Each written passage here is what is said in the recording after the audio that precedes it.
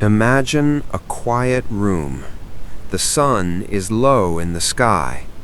You are sitting at a wooden table with a small stack of coins in front of you. The room is silent. You look at the coins and think about the days ahead.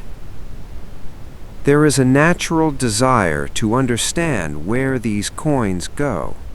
Most people have a wish for clarity. They want to see the path their resources take as they move through the world. This is the beginning of what is called a budget. Budgeting is the mathematical observation of how a fixed amount of resources is distributed. It is a way to look at a limited supply and compare it to various needs. It is a process of mapping. However, an intellectual conflict often arises.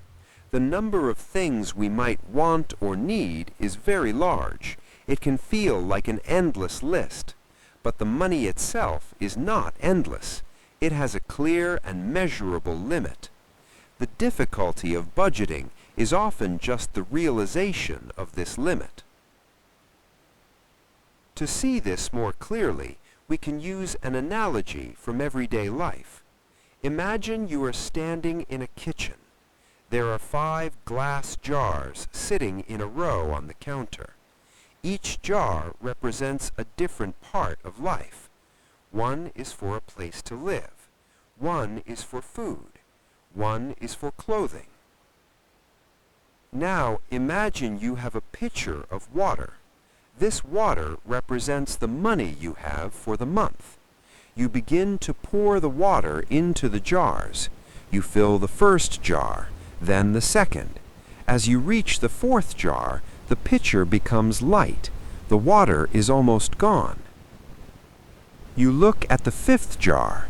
It is still empty, but there is no more water in the pitcher. This is not a mistake. It is simply the physical limit of the water. To put water in the 5th jar, you would have to pour it out of one of the others. The jars show us that we cannot fill every space at the same time. We can observe this using very simple numbers. Imagine you have exactly 100 units of money.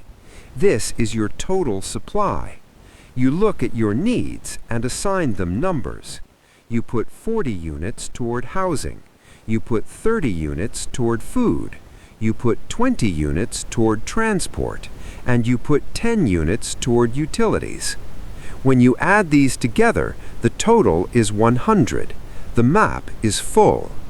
Now imagine a new category appears. Perhaps you want to set aside 10 units for a hobby. The math is very clear. You still only have 100 units. To give 10 units to the hobby, you must take 10 units away from something else. Maybe food becomes 20 units instead of 30. This is why the process can feel difficult. It is the act of choosing which jar receives the water. It is the act of seeing that one choice affects all other choices. A budget is a map of these boundaries. The educational takeaway is a sense of calm clarity. A budget is not a way to create more water. It is a way to see exactly how much water is in the pitcher. It is a way to decide which jars are the most important before the pouring begins. When the map is finished, the confusion is replaced by information. The result is an acceptance of the scale. We can see the 100 units for what they are. We can see the categories for what they are. The math remains steady. The boundaries are simply a part of the system. This concludes our look at the logic of budgeting.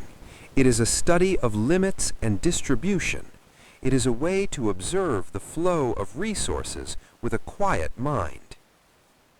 Disclaimer: this content is for educational purposes only, not financial advice.